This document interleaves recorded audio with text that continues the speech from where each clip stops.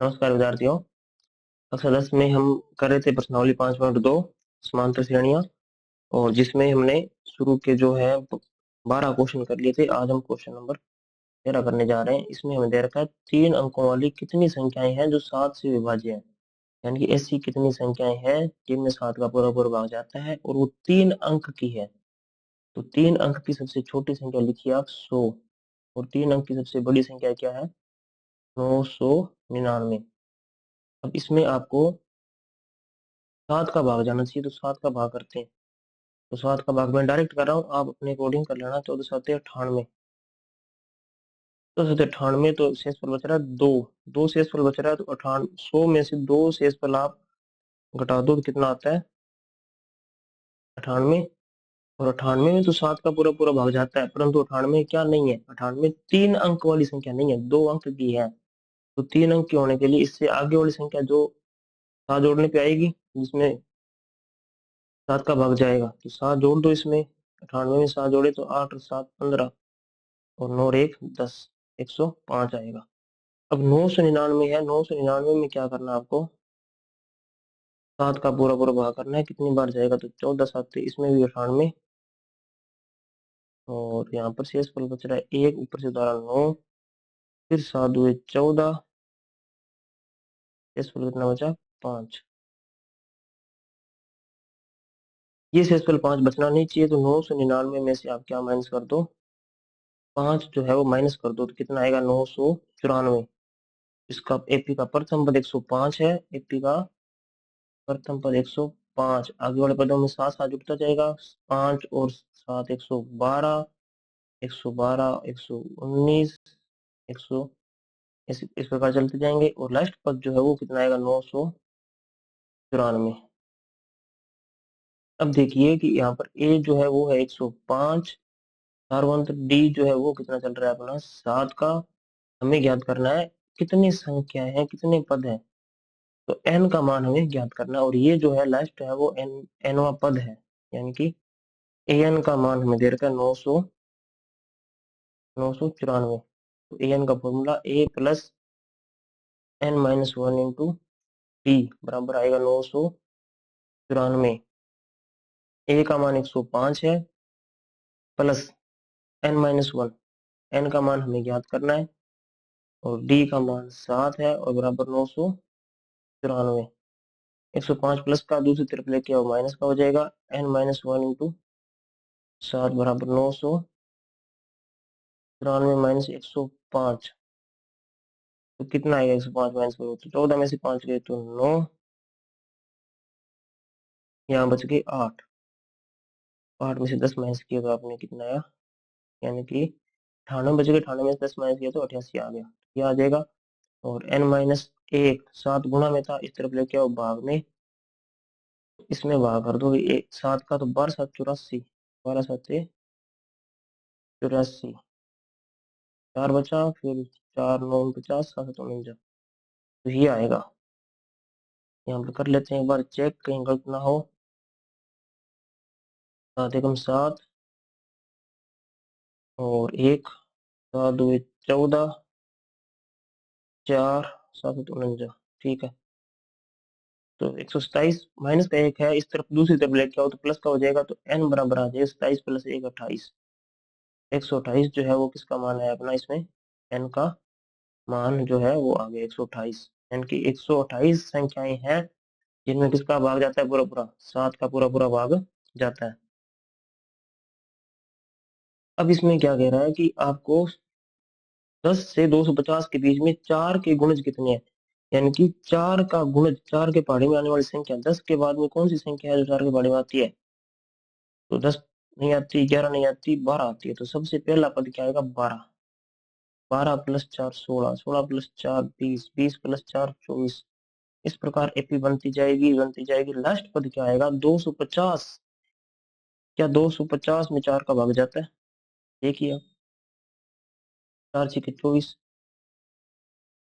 कितना आ रहा है 1 0, 4 2 8, 8 माइनस किए तो बचे 2, शेषफल 2 बच रहा है। 250 में अगर 4 का भाग करते हैं तो शेषफल 2 बच रहा है, 2 बचना नहीं चाहिए, तो 2 हटा दो, दो घटाएंगे तो आएगा 248, यानी कि लास्ट पद जो है वो क्या आएगा अपना 248। और कितने गुणज हैं, तो वही सेम क्वेश्चन बन गया 13वां जो अभी हमने किया था। सेम पैटर्न पर होगा। ए का मान 12 है इसमें,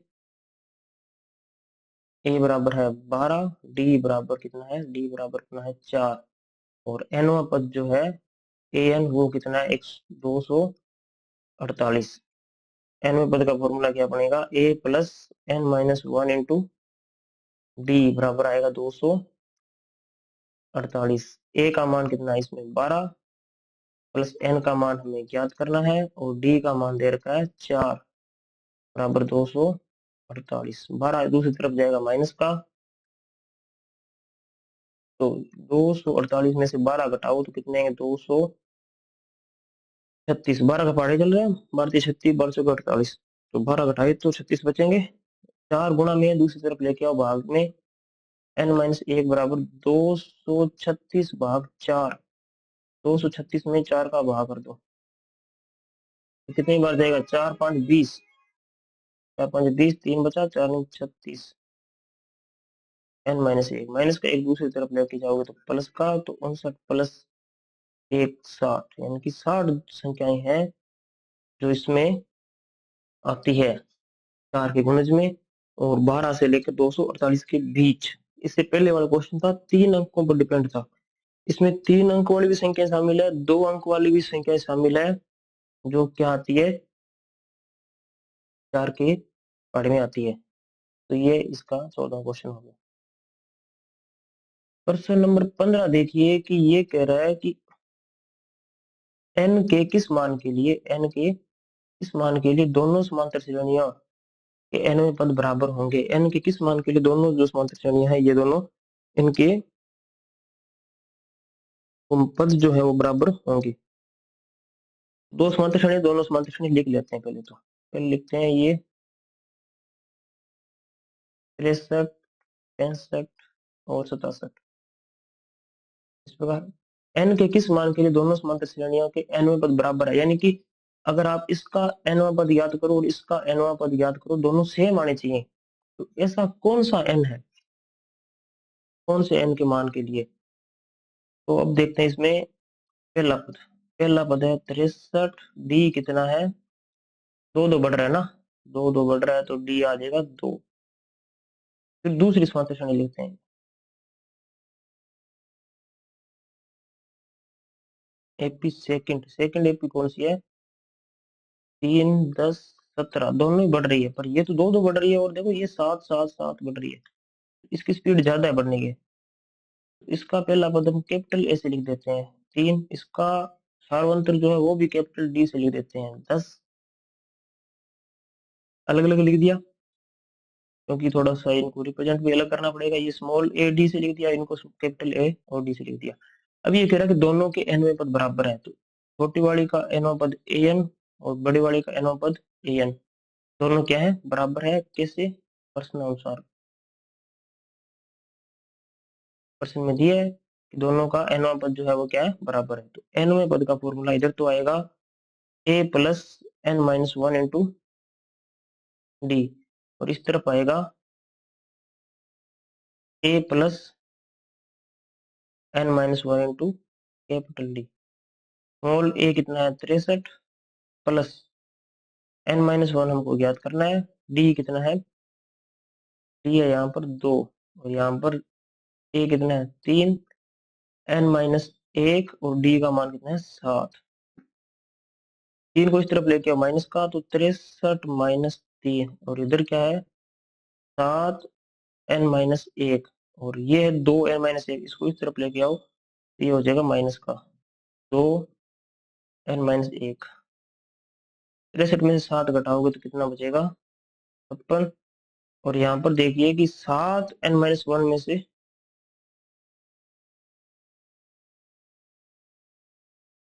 ये भी इसमें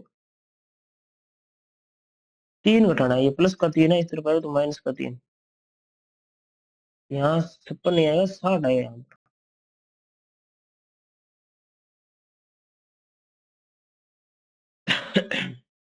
प्लस का 3 है, इस तरफ लेके आओ माइनस का 3, तो 63 में से 3 घटाओगे तो 60 बचेगा। और 5n-1 में से 2n, 7n-1 में से 2n-1 घटाओ तो कितना बचेगा? 5। 7 में से 2 गया 5, और 7 में क्या लग जाएगा? n-1।